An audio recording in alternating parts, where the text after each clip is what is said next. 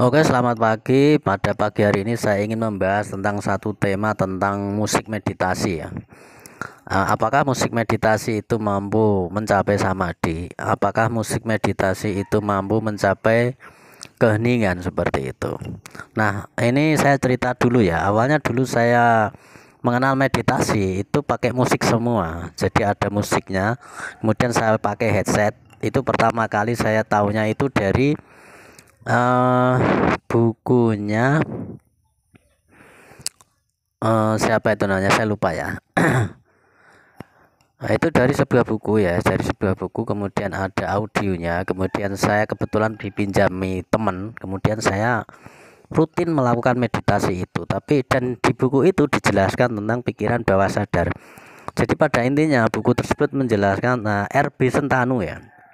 Jadi awal pertama kali saya mengenal meditasi itu dari R.B. Sentanu dan bukunya Quantum Ikhlas kalau tidak salah.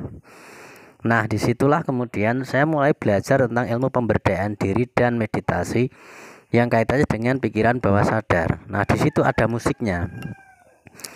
Nah, yang kedua, kemudian saya mengetahui dari LOA dan sebagainya. Kemudian dari ini ya, dari musik-musik yang ada di YouTube kan banyak sekali. Kemudian saya juga praktek di situ. Lama ya. Nah, pertanyaannya adalah apakah itu bisa mencapai kesadaran murni atau tidak, ataukah tujuannya yang lain seperti itu. Ya, oke, langsung kita bahas ya. Kalau menurut saya memang bisa saja sebetulnya itu digunakan untuk kesadaran murni atau untuk digunakan untuk samadhi ya, atau keheningan atau kesadaran murni. Tetapi musik itu kan ada suaranya ya. Ya, ada memang salah satu dari 112 metode Tantra Bhairava itu yang menggunakan suara atau menggunakan musik. Itu ada ya salah satunya ya. Jadi bisa digunakan untuk samadhi, untuk kesadaran murni. Tetapi kebanyakan memang meditasi yang berbau ada musiknya, kebanyakan itu biasanya digunakan untuk kemakmuran ya, digunakan untuk penyembuhan, digunakan untuk relaksasi, dan digunakan untuk ketenangan sebetulnya. Jadi lebih banyaknya meditasi-meditasi yang ada musiknya itu biasanya digunakan untuk alam bawah sadar. Jadi untuk masuk ke state pikiran bawah sadar, bukan untuk kesadaran murni seperti itu. Karena antara alam bawah sadar dan kesadaran murni itu berbeda ya. Ya seperti itu. Nanti kita jelaskan di video-video saya yang nanti ya selanjutnya ya. Bedanya apa sih kesadaran sama kesadaran murni? Bedanya apa sih alam bawah sadar sama kesadaran murni seperti itu. Dan sebetulnya hal itu sudah pernah saya jelaskan di video saya sebelumnya sebetulnya ya. Nah itu ya. Tetapi kemudian ketika orang meditasi tanpa musik, kemudian dia mencapai keheningan. Keheningan itu sendiri adalah suara sebetulnya. Nah, kalau Anda yang suka dengan meditasi dan mampu mencapai suara alam, ya keheningan sendiri itu bukan kosong, keheningan itu ada suaranya. Contoh ketika Anda tengah malam hari atau di tengah malam, Anda bermeditasi sampai mencapai keheningan, itu akan mendengar suara sebetulnya. Jadi hening itu bukan kosong, hening itu ada suaranya. Suaranya itu mendengung ya. Nah, itu yang disebut dengan suara alam atau suara murni seperti itu. Nah, makanya kemudian ada satu cerita tentang Buddha dan muridnya yang muridnya ini diberi satu pertanyaan. Kamu disuruh untuk bermeditasi untuk menemukan suara tepukan tapi dengan satu tangan. Jadi diberi suatu PR, istilahnya seperti itu. Murid Buddha itu diberi satu PR untuk coba kamu meditasi sampai kamu bisa menemukan atau bisa mendengar suara dari tepukan tangan, satu tangan ya, bukan pakai dua tangan. Kalau kamu bisa menjawab ini, kamu artinya kamu sudah berhasil dalam meditasimu seperti itu. Nah itu ya. Jadi kan nggak logis ya. Suara dari tepuk tangan itu kan harus pakai dua tangan, dan ini dia disuruh pakai satu tangan.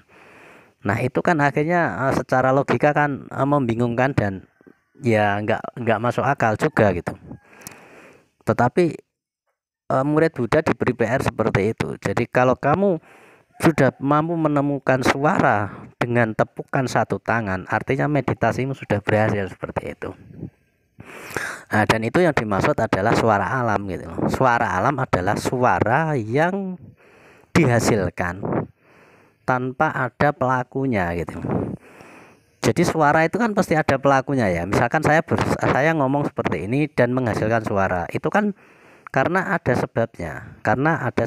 Sebabnya saya ngomong gitu. Dari suara saya gitu. Anda mendengarkan musik ada sebabnya karena ada instrumen yang sedang berjalan di situ. Kemudian Anda mendengar apa? Burung, sana ada nyanyian. Pasti ada penyanyinya, ada burung sedang bernyanyi, sedang bersiul. Anda mendengar suara siulannya gitu. Jadi semua suara itu ada sebabnya, atau setiap suara itu memiliki apa ya istilahnya, pusat suara seperti itu.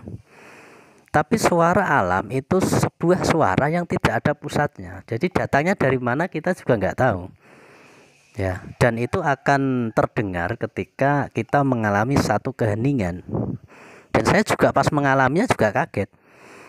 Dan nggak tahu gitu loh. Cuman ada suara mendengung ketika saya hening. Ternyata hening sendiri itu adalah satu dengungan. Hening itu suara sebetulnya, bukan diam gitu. Di dalam diam itu ada suara yang mendengung, dan setiap kita fokus di situ, suara itu akan semakin keras dan semakin kencang.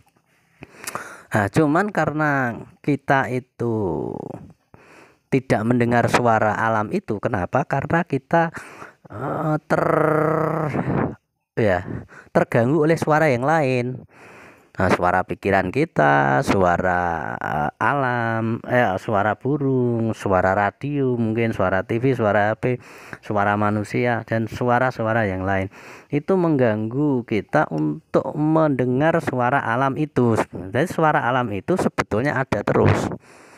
Jadi dia bukan adanya ketika kita hening saja, tapi setiap 24 jam itu, setiap hari suara alam itu selalu berdengung. Cuman kita nggak mendengar. Kenapa? Karena kita berisik otak kita gitu loh. Karena otak kita berisik, karena kita pikiran kita itu fokus mendengarkan yang lain, sehingga suara alam itu nggak terdengar.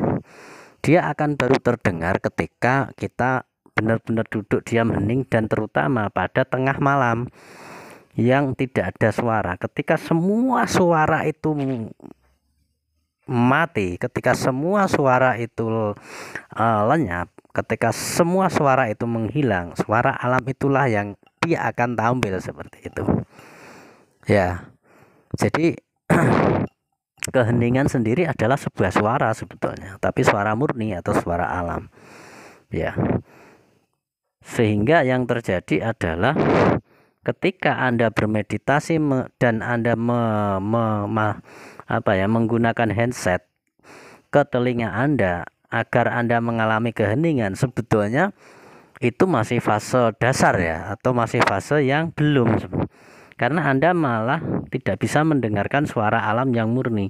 Karena apa? Karena Anda memasukkan suara yang begitu keras ke dalam telinga Anda untuk Anda gunakan masuk ke alam bawah sadar, sehingga suara alam yang asli malah justru Anda nggak mungkin bisa mengetahuinya seperti itu.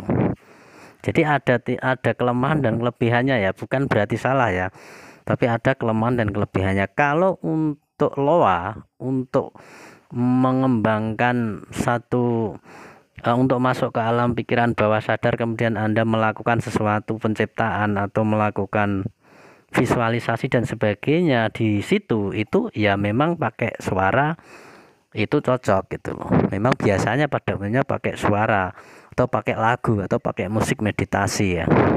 Tapi kalau untuk keheningan, untuk benar-benar terhubung dengan keheningan itu memang menurut saya lebih bagusnya itu tanpa suara. Jadi ketika semua suara itu padam, maka suara alam itulah yang akan berbunyi dan Anda bisa mendengar itu. Nah itu ya. Oke, itu aja. Terima kasih.